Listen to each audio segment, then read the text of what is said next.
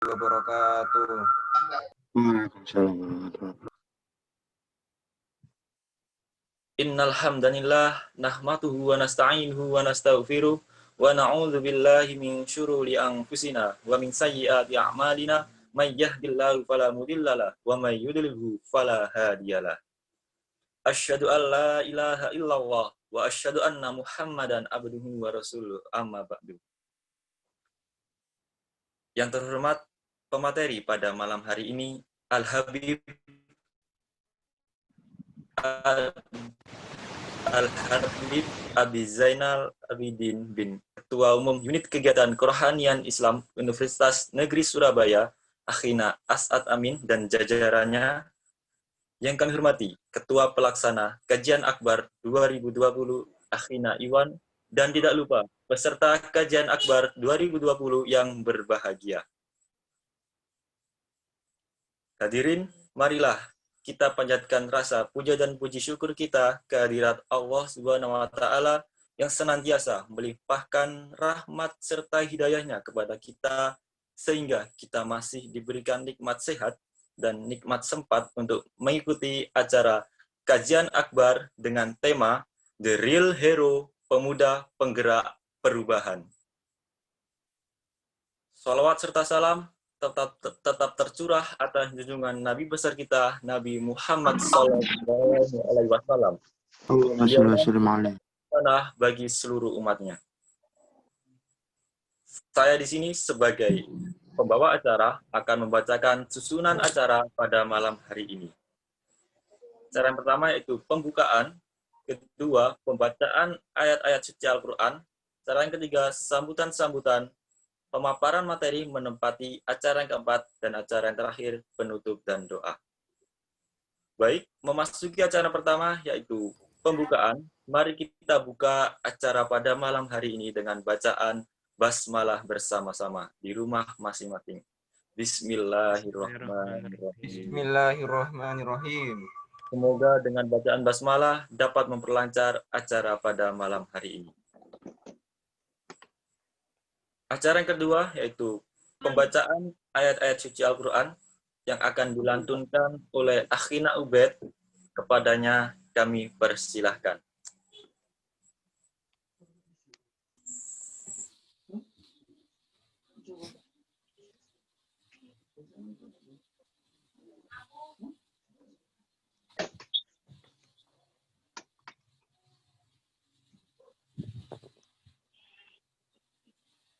Halo, Akhina Ubed, apakah sudah hadir?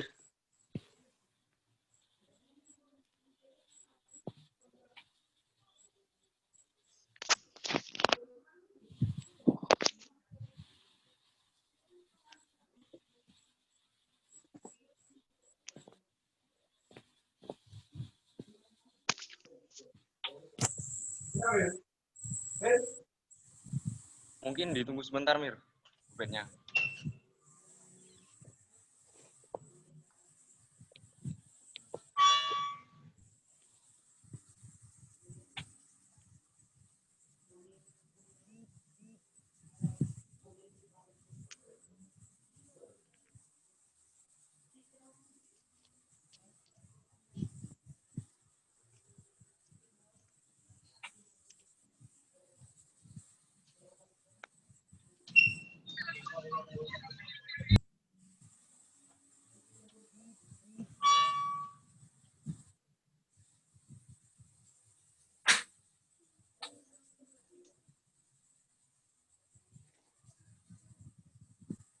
Halo, Akhina Ubed, apakah terdengar? Apakah sudah masuk?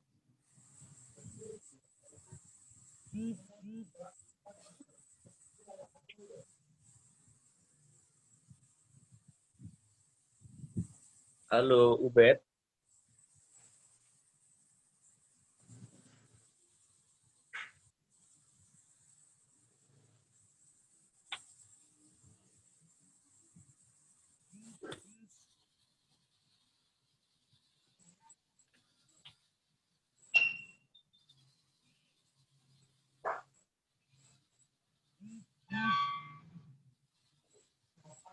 Ubed, halo.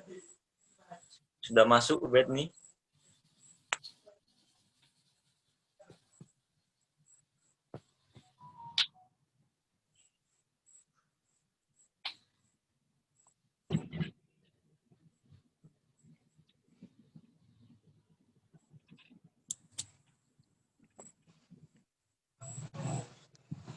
أعوذ بالله من الشيطان الرجيم بسم الله الرحمن الرحيم قل هو الله أحد الله الصمد لم يلد ولم يولد ولم يكن له Baik, karena Ubed berhalangan hadir, Bismillahirrahmanirrahim. Qul huwallahu ahad. untuk pembacaan ayat suci Al-Quran akan digantikan oleh Afina Doni. Pada Afina Doni, kami persilahkan. Bismillahirrahmanirrahim. Qul huwallahu ahad. Allahus samad. Lam yalid wa lam yulad wa lam Bismillahirrahmanirrahim. Assalamualaikum warahmatullahi wabarakatuh. a'udzu birabbil falaq min syarri ma khalaq wa min syarri ghasiqin idza waqab wa min syarri A'udzu billahi minasy syaithanir rajim.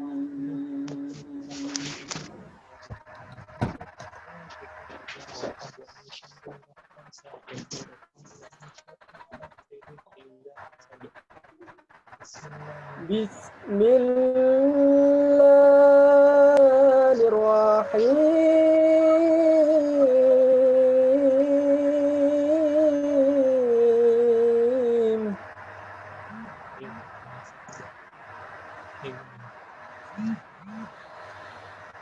Inna fi khalqis samawati wal ardi wa ikhtilafil laili wan nahar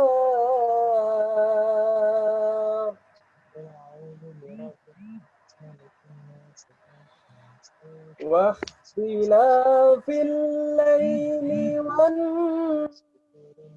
nahari la ayatin li ulil albab.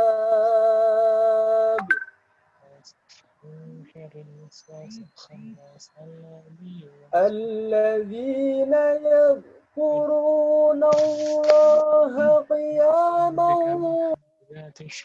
وقعودا وعلى جنوبهم ربي أعوذ بك من ويتفكرون في خلق السماوات والأرض وأعوذ بك ربي أن يحضرون ربنا ما خلقت أفحسبتم أنما هذا خلقناكم باطلا سبحانك فقنا عذاب النار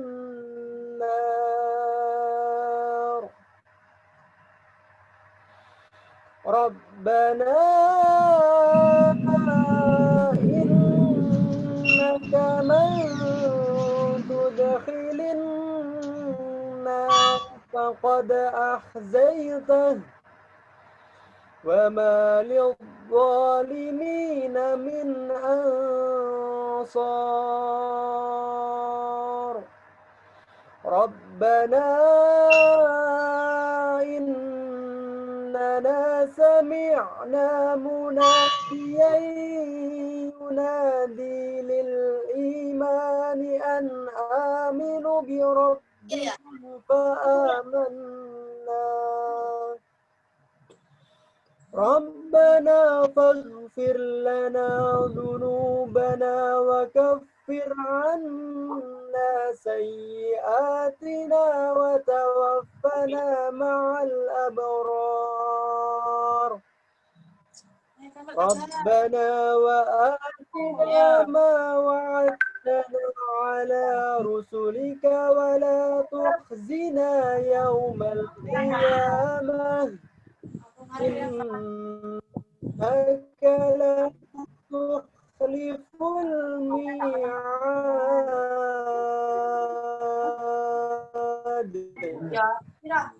صدق الله العظيم warahmatullahi wabarakatuh.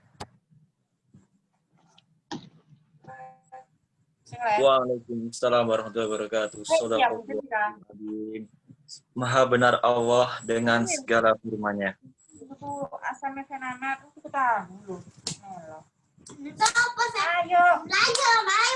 Sebelumnya, teman-teman yang belum mematikan mikrofonnya, harap dimatikan ya, karena di sini akan ada acara selanjutnya. Oke. Baik, ahlan wa sahlan. Ya, Al-Habib. Halo. Apakah suara saya jelas? Waalaikumsalam warahmatullahi wabarakatuh. Masya Allah. Baik. Oh, lagi di mobil. Baik, mohon maaf. Tadi susunannya ada acara persambutan karena ini waktunya terbatas. Oke, langsung saja kita memasuki yaitu pemaparan materi yang akan disampaikan oleh Al-Habib Nabi Zainal Abidin bin Alwi Al-Qaf. Kepadanya kami persilahkan. Saya kira suaranya jelas insya Allah. Suara saya jelas insya Allah. Sudah jelas. Jelas. Bismillahirrahmanirrahim. Assalamualaikum warahmatullahi wabarakatuh. Waalaikumsalam warahmatullahi wabarakatuh. Alhamdulillah wa sallallahu wa sallam wa baraka ala Rasulillah Muhammad ibn Abdullah wa ala alihi wa sahbihi wa man walah wa la hawla wa la quwwata illa billah. Rabbi shrah li sadri wa yassir li amri wahlul 'uqdatam min lisani yafqahu qawli wasaddid lisani wahdi qalbi bijahi nabi wal ali wa sahbihi. Allahumma inni a'udzu bika min 'ilmin la yanfa' wa 'amalin la yurfa' wa qalbin la yakhsha' wa du'a'in la yustajabu laha wa la hawla wa la quwwata illa billahil 'aliyyil 'azim. Ikhwani, akhwati yang dimuliakan oleh Allah Subhanahu wa taala, saya bersyukur karena pada kesempatan kali ini saya bisa bergabung, join dengan kalian semua, dan insyaallah Allah Subhanahu wa taala jadikan waktu kita ini penuh dengan keberkahan dari Allah Subhanahu wa taala. Dan sebelumnya saya meminta maaf karena memang jadwalnya ini saya memang berada di mobil karena untuk ada kajian offline, malam ini masih ada 3 jadwal. Mudah-mudahan Allah Subhanahu wa taala berikan kajian-kajian. Yang paling terpenting adalah kita keluar dari program ini, kita mendapatkan pesan, kita mendapatkan ilmu, kita mendapatkan manfaat. Apapun caranya, bagaimanapun keadaannya, yang terpenting kita selesai dalam keadaan membawa ilmu Rasul sallallahu alaihi wasallam. Ikhwani, akhwat yang dimuliakan oleh Allah Subhanahu wa taala, tema yang diberikan kepada saya sangat menarik sekali.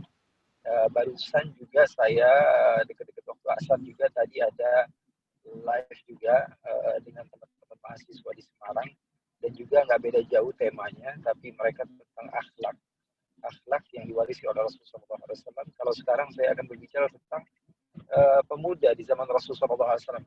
Begitu ya?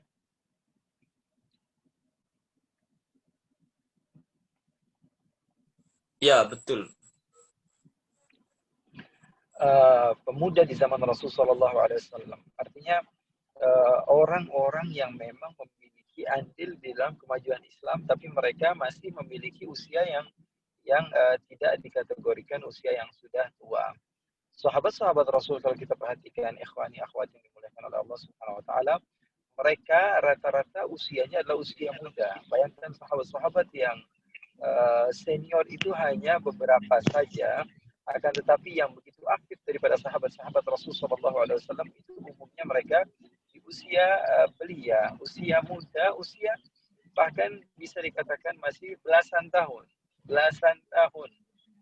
Sehingga ketika mereka sudah berpisah dengan Rasulullah SAW, akhlak Rasulullah atau kepribadian Rasulullah sudah mereka warisi, lalu mereka ketika itu menjadi orang yang bisa dicontoh para tabi'in, menjadi yang tadinya sigharus sahabah, sahabat yang kecil, tapi setelah zamannya para tabi'in, mereka adalah orang yang paling memiliki andil. Contohnya banyak ilmu hadis kita dapatkan dari sahabat Ibnu Umar. Ibnu Umar itu masih kecil sekali. Ketika Rasulullah SAW hijrah, usianya masih sekitar 7-8 tahun atau 10 tahun. 7, 8 sampai 10 tahun. Abdullah bin Zubair usianya masih 0 tahun. Jadi pertama kali hijrah Rasulullah, beliau baru lahir. Abdullah bin Abbas juga begitu, usianya masih belasan tahun ketika bersama Rasulullah SAW. Kemudian Abdullah bin Amr bin Al-As juga sama. Sahabat Rasul seperti Usamah bin Zaid, Rasulullah SAW wafat saja usianya masih 17 tahun dan sudah memimpin peperangan. Dijadikan oleh Rasulullah SAW sebagai pemimpin daripada peperangan yang Rasulullah SAW wasiatkan kepada beliau. Terus banyak lagi sahabat-sahabat. Sayyidina Ali bin Abi Thalib tidak terlalu tua. Sayyidina Ali bin Abi Thalib ketika Rasulullah SAW hijrah usianya masih belasan tahun dalam riwayat. Artinya ketika peperangan Uhud usia beliau masih 20 tahun kurang lebih. Jadi kalau kita beranggapan bahwa sesungguhnya kita ini masih belum belum tepat untuk dikatakan orang yang mampu berjuang, salah. Karena apa? Karena sahabat-sahabat Rasulullah SAW di usia belasan tahun mereka sudah berani untuk menunjukkan jati diri mereka. Mereka adalah orang yang mampu, mereka adalah orang yang hebat. Sahabat-sahabat Rasulullah SAW sebut saja Abdullah bin Umar, putra daripada Sayyidina Umar bin Khattab, Ibn Nufail bin Abdul Uzza bin Riyah bin Abdullah bin Qurb bin Razah bin Adi bin Ka'ab, Du'ay bin Ghalib bin Fihr bin Malik bin Nadar bin Kinana. Abdullah putra daripada sahabat Umar bin Khattab ini pernah ikut pengajian sama Rasulullah SAW. Di dalam pengajian tersebut Rasulullah SAW bertanya tentang Rasulullah mengumpamakan sesuatu dan bertanya kepada sahabat, siapa yang tahu? Saya sedang menyebutkan beberapa hal, siapa yang tahu? Sahabat ditanya oleh Rasulullah SAW, sahabat diam, tidak ada yang tahu. Abdullah bin Umar menarik baju bapaknya, karena Sayyidina Umar ini kalau majlis sama Rasulullah SAW kadang-kadang anaknya dibawa gitu, di samping beliau. Sayyidina Abdullah bin Umar menarik sama Sayyidina Umar ke baju Sayyidina Umar. Ayah saya tahu, kata Sayyidina Umar. Diam, kamu jangan berisik, ini majlisnya Rasulullah, jangan ikut ngomong. Akhirnya Rasulullah tanya lagi, siapa yang tahu? Sahabat semuanya diam, mengatakan Allah wa Rasuluhu a'lam. Tapi Abdullah bin Umar lagi menarik baju ayahnya, mengatakan, ayah saya tahu, kata Sayyidina Umar. Diam, kamu nggak boleh ngomong. Ini adalah majlisnya Rasulullah. Sampai berulang kali, beberapa kali, lalu Rasulullah SAW setelah melihat bahwa sahabat tidak ada yang menjawab ucapan Rasulullah SAW, Rasulullah memberitahu kepada sahabat akan keluar dari majlis Abdullah bin sama bapaknya. Nampak. Kata Sayyidina Umar, kenapa kamu wahai Abdullah? Wajah kamu berubah seperti ini. Kata Abdullah, wahai ayah, sesungguhnya saya tahu apa yang ditanyakan oleh Rasulullah dan saya mau jawab sesuai dengan jawaban Rasulullah tadi. Maka Sayyidina Umar mengatakan, kenapa kamu tidak kasih tahu sama saya? Kalau kamu kasih tahu sama saya, nanti kita bakalan didoakan oleh Rasulullah. Kata Sayyidina Abdullah bin Umar, wahai ayah, saya kan sudah ngasih tahu, tapi saya nggak didengar oleh kamu. Artinya apa? Artinya sahabat-sahabat yang muda itu sudah betul-betul aktif dan banyak hal yang mereka ketahui bahkan tidak diketahui oleh sebagian sahabat-sahabat yang lebih senior dibanding mereka. Oleh karena itu, poinnya adalah, pesannya adalah apa? Jangan pernah menunggu di usia yang matang. Karena sebagian orang beranggapan usia 40 baru adalah usia yang matang. Tapi tidak. Sesungguhnya terkadang di usia muda seseorang sudah Allah Subhanahu wa taala berikan kemudahan. Artinya kematangan itu tergantung orangnya masing-masing. Sayyidina Umar bin Abdul Aziz usianya masih 20 sekian tahun, 27 atau 28 tahun sudah menjadi pemimpin yang paling besar. Makanya ada kisah menarik ketika Umar bin Abdul Aziz ini didatangi oleh satu rombongan dari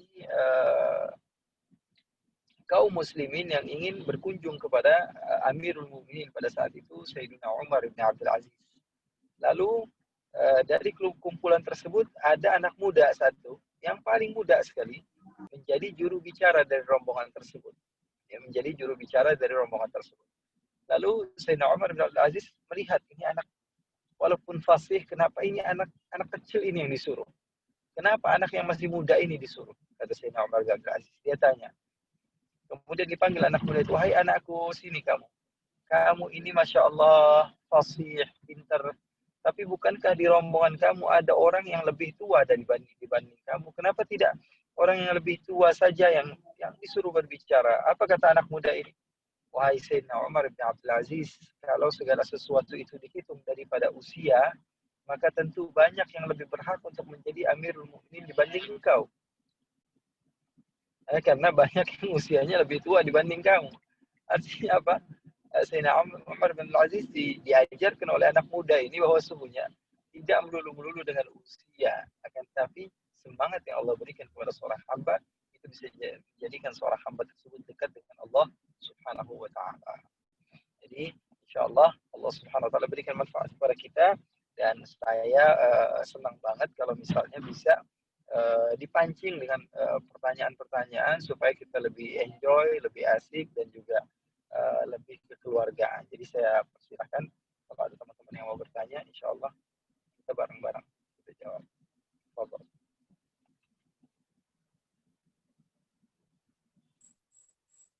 Masya Allah, pemaparan materi yang sangat luar biasa dari contoh-contoh dari kisah pemuda di zaman Rasulullah. Baik, kita memasuki sesi tanya-jawab. Baik, kepada peserta yang ingin bertanya, silahkan melambaikan tangan di Zoom ini. Saya persilahkan. Atau langsung open mic.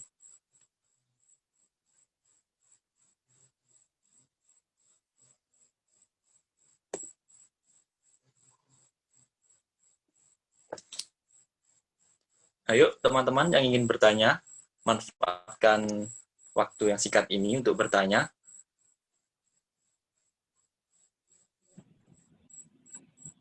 Silakan.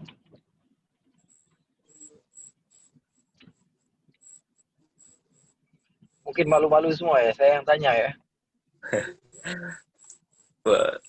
Ayo teman-teman yang ingin bertanya, silakan.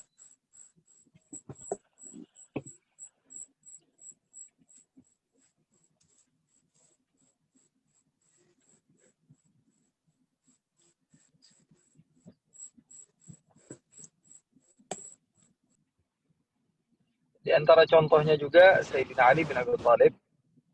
Contoh beliau sangat muda sekali ketika peperangan Khandaq.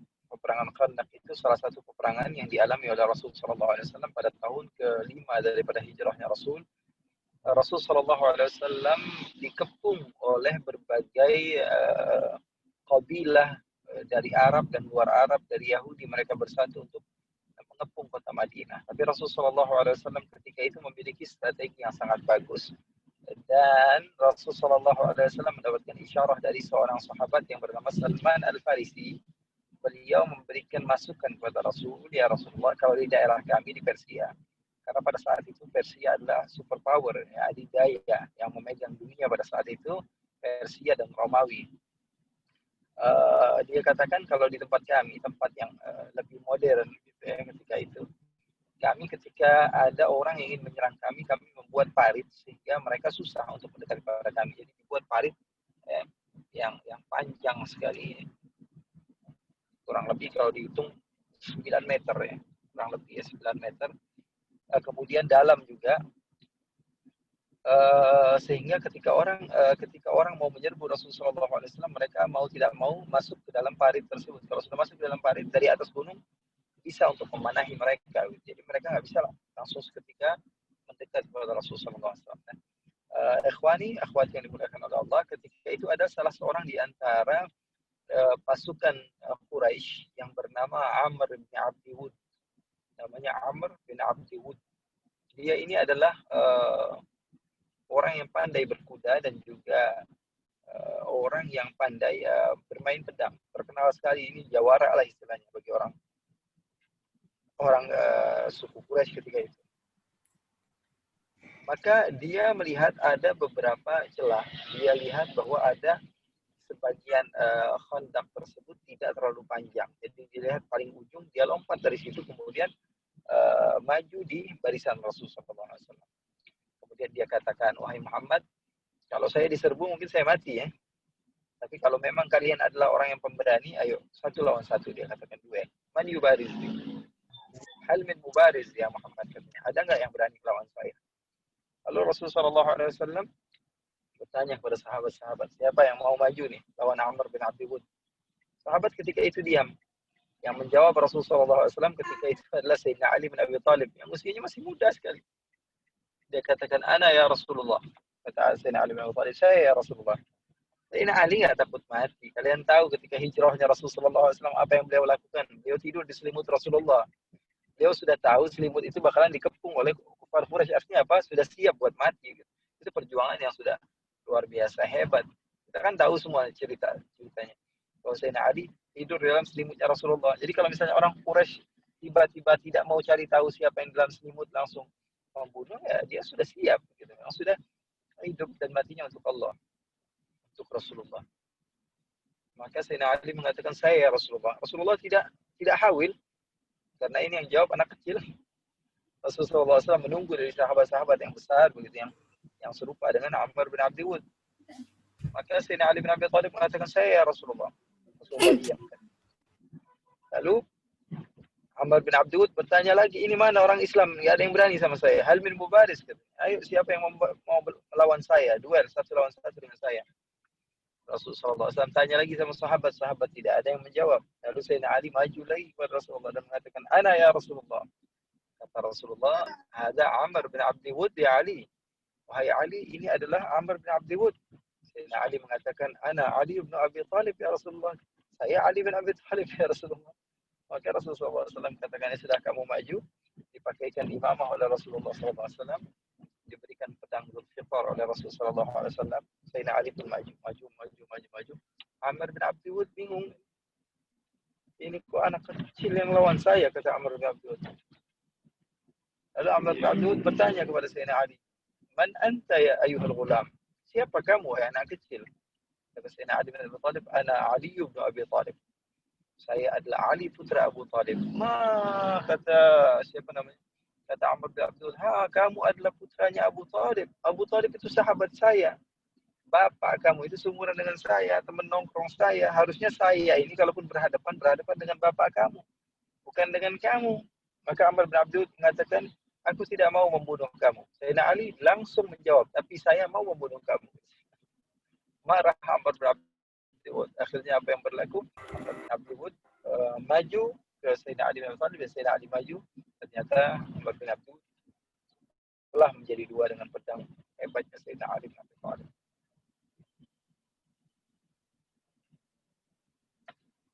Masya Allah. Ada pertanyaan? Boleh dibacakan? Ya, saya bacakan. Ini ada pertanyaan dari Umi Azmin. Assalamualaikum warahmatullahi wabarakatuh. Habibana, izin bertanya. Sebagai pemuda masa kini, hal apa saja yang harus dilakukan agar kita selalu bisa membantu dakwah Rasulullah? Jazakallahu khair. Silakan dijawab. Pemuda di zaman sekarang, pemuda itu memiliki kelebihan satu. Dia masih memiliki fisik yang kuat dibanding orang yang sudah berusia. Kemudian mereka itu masih aktif dalam berpikir, di dalam menghafal, di dalam berusaha untuk menjadi orang yang baik. Dan pemuda itu sebagai contoh, saya kira kalau pemuda baik semuanya akan menjadi baik. Karena apa? Karena kalau anak muda baik, generasi di bawahnya pasti ikut-ikutan kepada pemuda. Pasti. Kalau kakaknya itu sukanya main bola, adiknya pasti suka main bola. Kakaknya itu suka main game, adiknya itu juga pasti ikut-ikutan main game. Kakaknya suka nyanyi, adiknya pasti suka nyanyi. Kakaknya suka nongkrong, adiknya ikut-ikutan suka nongkrong. Artinya apa? Generasi selanjutnya itu akan ikut kepada generasi kita yang sekarang. Kalau sekarang lagi hobinya apa, nanti pasti bakalan ikut-ikutan. Nanti yang ikut-ikutan nanti berubah lagi, yang di bawahnya ikut-ikutan juga. Begitulah yang namanya kehidupan. Artinya kalau anak muda ini baik, adik-adik kita bakalan jadi baik. Dan yang tua itu biasanya malu. Omongannya apa? Wah, anak muda aja rajin ke masjid, rajin sholat, rajin ibadah. Masa kita yang sudah tua nggak rajin? Artinya apa? Yang tua bisa jadi malu karena kebaikan anak muda, yang kecil bisa ikut-ikutan. Jadi kalau kita berubah, pahala kita bukan hanya untuk diri kita, tapi kita bisa mencontohkan kepada orang lain hal-hal yang baik, dan itu bisa menjadi sesuatu yang membanggakan Rasulullah SAW. Dan kata para ulama, tidak ada sesuatu yang membuat Rasulullah SAW lebih bangga dan bahagia melebihi ketika melihat anak muda dia rajin dan semangat untuk menuntut ilmu Rasulullah SAW. Dan di dalam hadis juga Allah Subhanahu wa taala dalam hadits qudsi, Rasulullah SAW mengatakan bahwa ada 7 golongan yang dia akan dinaungi oleh Allah Subhanahu wa taala di saat tidak ada naungan kecuali naungan Allah. Di antaranya apa? Syabun nasya'a fi ibadatillah, anak muda yang dia itu terdidik ataupun tumbuh dalam keadaan beribadah kepada Allah Subhanahu wa taala.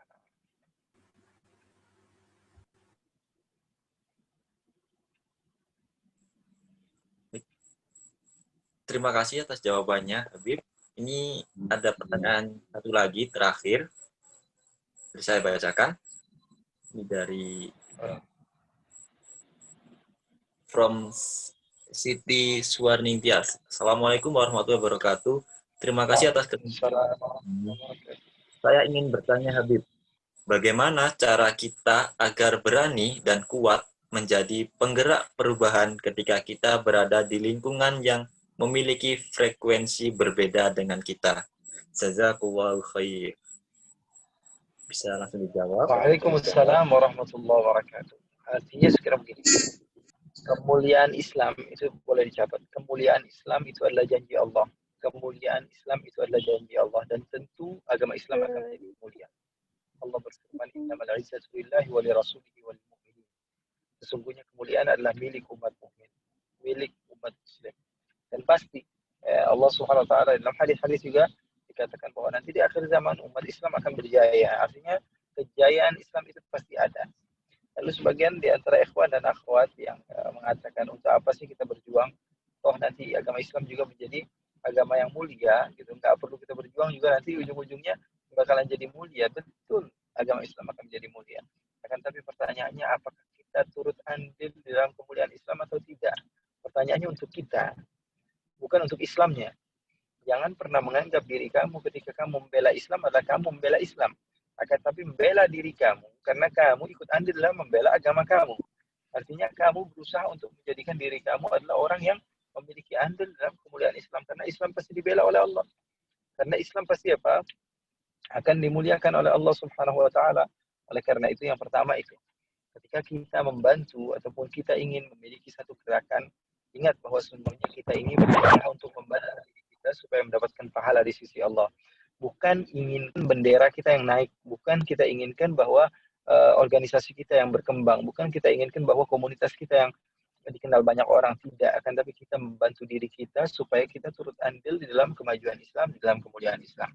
Itu yang pertama. Sehingga ketika kita sudah memiliki niat yang baik seperti itu, orang-orang yang berbeda organisasi atau ormas kah, atau komunitas kah, atau apapun saja, itu bisa bergabung dengan kita dengan mudah. Karena niatnya kita bukan untuk membawa organisasi kita, akan tapi membawa agamanya Allah, membawa diri kita untuk ikut andil dalam kemajuan agamanya Allah Subhanahu wa taala. Sehingga kita tidak gampang sakit hati, tidak gampang baper.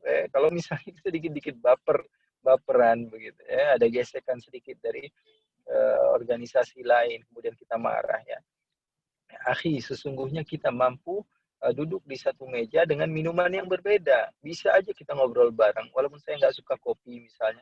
Sebagian teman suka kopi, saya minumnya teh, teman saya minum kopi. Kita bisa kumpul bareng, duduk di satu tempat. Bukan sesuatu yang menjadi hambatan untuk kita supaya bisa kita duduk bareng. Artinya apa? Sekarang niatkan dengan niat yang baik. Kita sedang membantu diri kita. Dan yang kedua, jangan melihat sedikit perbedaan, lihatlah banyaknya kesamaan, sehingga apa? Lebih dipermudah untuk menjadi orang-orang yang bisa bersatu. Karena kita inginkan kesatuan Islam, karena kita ingin menjadi ukhuwah kita semakin kuat, dan insya Allah Allah Subhanahu wa taala berikan kemudahan buat kita semua.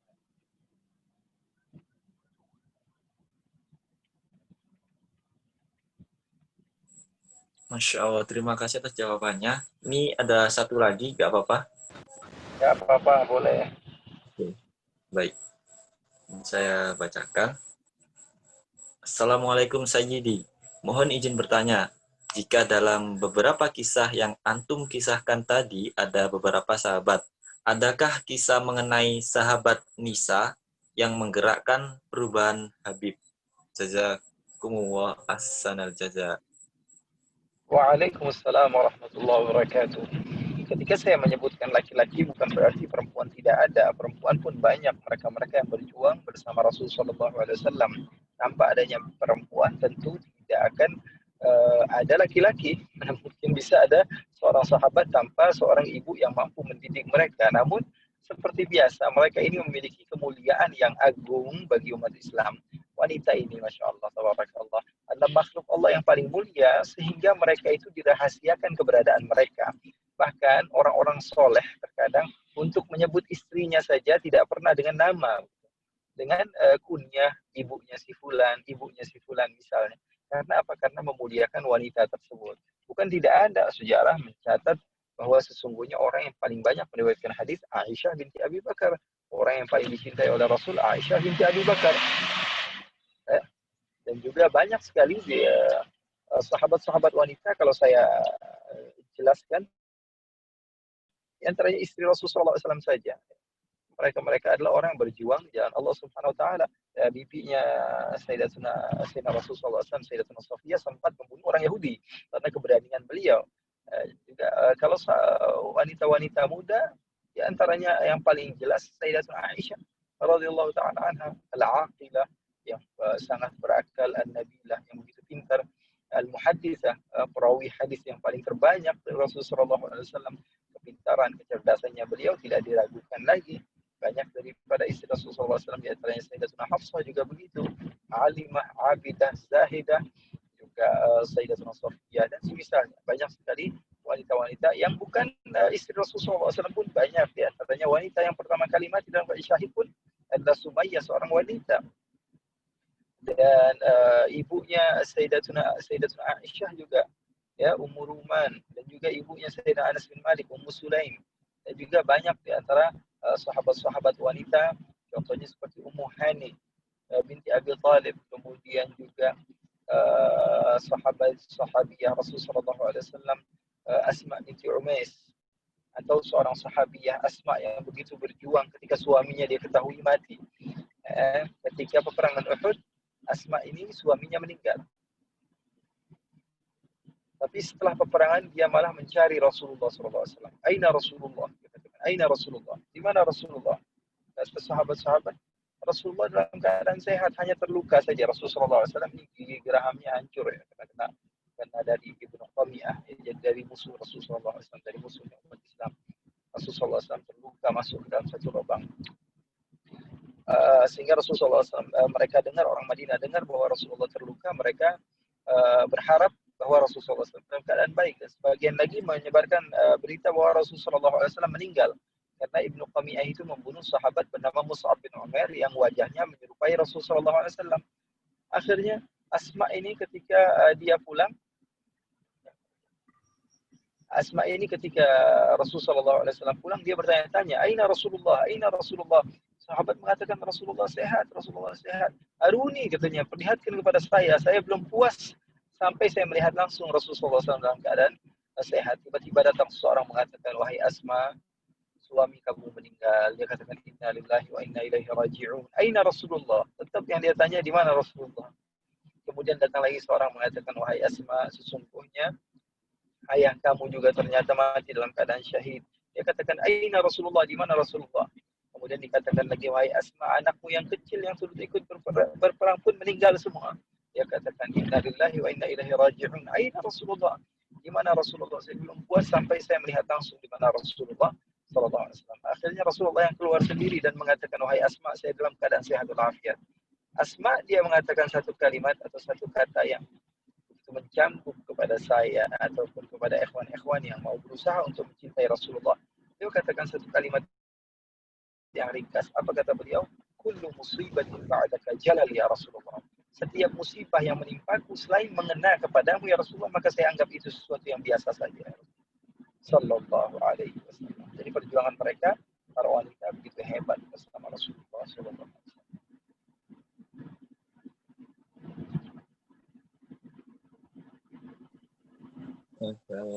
Terima kasih Habib atas jawabannya. Teman-teman, ada pertanyaan lagi?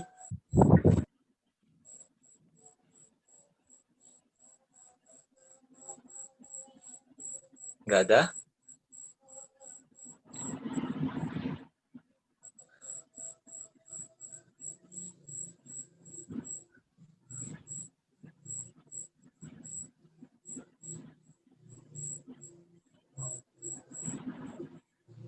Ayo teman-teman, mumpung Habib. Ya, ini ada pertanyaan dari, oh iya, apakah masih ada waktu untuk menjawabnya? Boleh. Masih pertanyaan lagi boleh. Ini satu pertanyaan lagi ya, terakhir. Assalamualaikum warahmatullahi wabarakatuh. Habib, izin bertanya. Saya pernah mendengar ceramah seperti ini.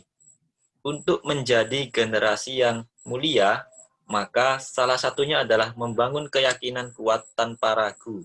Di sini dalam kurung iman, sesuai dengan Quran surat Al-Kahfi ayat 13, untuk membangun sebuah iman, kuncinya adalah beramal salih. Salah satunya adalah sholat. Pertanyaan saya, Habib, jika kita masih melakukan maksiat atau berperilaku tidak baik, apakah ada yang salah dari sholat kita? Terima kasih.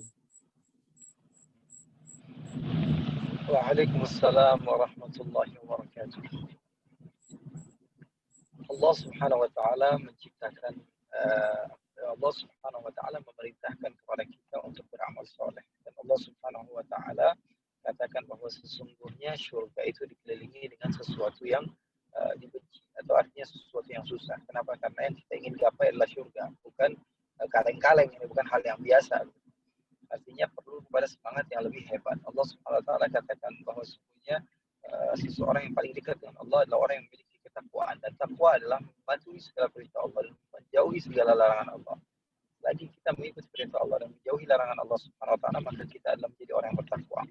Dan ketika seseorang itu dia senantiasa melakukan perintah Allah, bukan menutup kemungkinan dia melakukan juga larangan Allah Subhanahu wa taala, karena ada saja sebagian makhluk Allah Subhanahu wa taala yang melakukan kebaikan tapi juga dia melakukan keburukan. Karena setiap manusia itu bersalah, dan sebaik-baiknya orang yang bersalah adalah orang yang kembali kepada Allah Subhanahu wa taala. Artinya perbanyak taubat, minta ampun kepada Allah, dan istighfar. Karena sesungguhnya ibadah yang baik itu terkadang menghapus dosa-dosa yang buruk yang kita lakukan. Memang ada riwayat yang mengatakan bahwa ketika seseorang itu sholat, akan ada awan di atasnya, ya, awan putih. Ketika dia sholatnya dengan baik, maka awan tersebut atau seorang malaikat akan mendoakan dia dan mengatakan, ya hafidhakallahu kama hafidhani, semoga Allah menjaga kamu sebagaimana kau menjaga saya. Atau menjaga saya artinya apa? Sholat seakan-akan berupa sebagai seorang malaikat kemudian mendoakan dia dan mengatakan, semoga engkau dijaga oleh Allah sebagaimana engkau menjaga saya. Tahu rukun-rukunnya saya, tahu syarat-syaratnya saya, wudhu dengan benar. Begitu juga ketika sholatnya salah, ya, ada awan seperti awan hitam kemudian mengatakan, dhayya'akallahu kama dhayya'tani, semoga Allah mensia-siakan kamu sebagaimana kamu mensia-siakan saya. Artinya semakin dia sholat, semakin didoakan oleh malaikat supaya dia tersebut adalah orang yang dilalaikan oleh Allah, dilupakan oleh Allah. Artinya apa? Pesan saya, sholat dijaga, akan tetapi lihat rukun-rukunnya, syarat-syaratnya, yang membatalkannya pelajari lebih mendalam, karena ibadah ini adalah ibadah yang setiap hari kita lakukan. Artinya kita harus paham dari sisi fikihnya sehingga kita menjadi hamba Allah yang senantiasa didoakan malaikat penjagaan kepada kita sebagaimana kita menjaga sholat.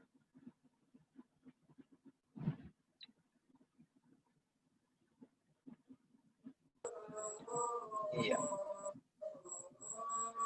Terima kasih jawabannya, Habib. Ini nunggu azan dulu. Kita lanjut.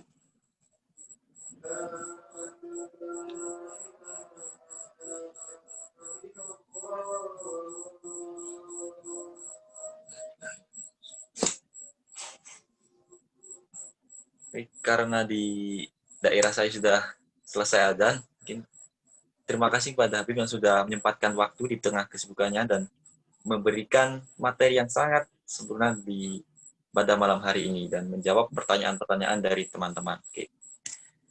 Terasa selanjutnya itu doa dan penutup. Silahkan, monggo Habib untuk dipimpin doa. Kami persilahkan.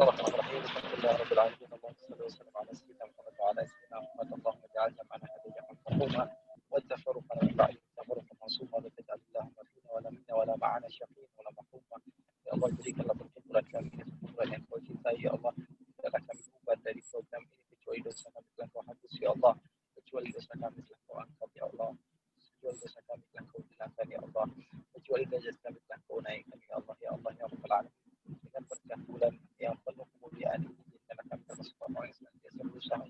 Rasulullah sallallahu alaihi wasallam dan berjuang di jalan Rasul sallallahu alaihi wasallam. Sallallahu alaihi wa jalali ta'asina Muhammadin wa sallam kama rabbana ba'athna bi dhahiran wa batinan ya afiyatin wa salam walhamdulillahi rabbil alamin.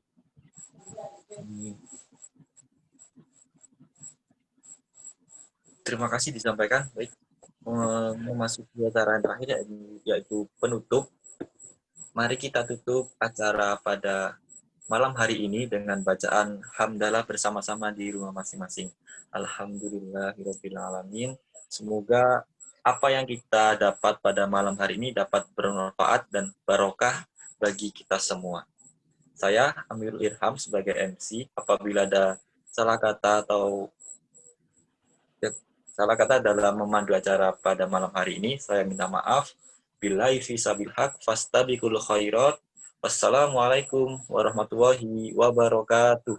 Waalaikumsalam. Waalaikumsalam warahmatullahi wabarakatuh. Waalaikumsalam warahmatullahi wabarakatuh.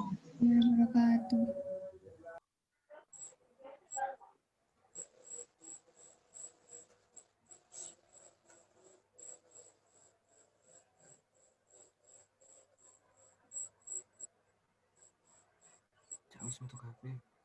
Mir.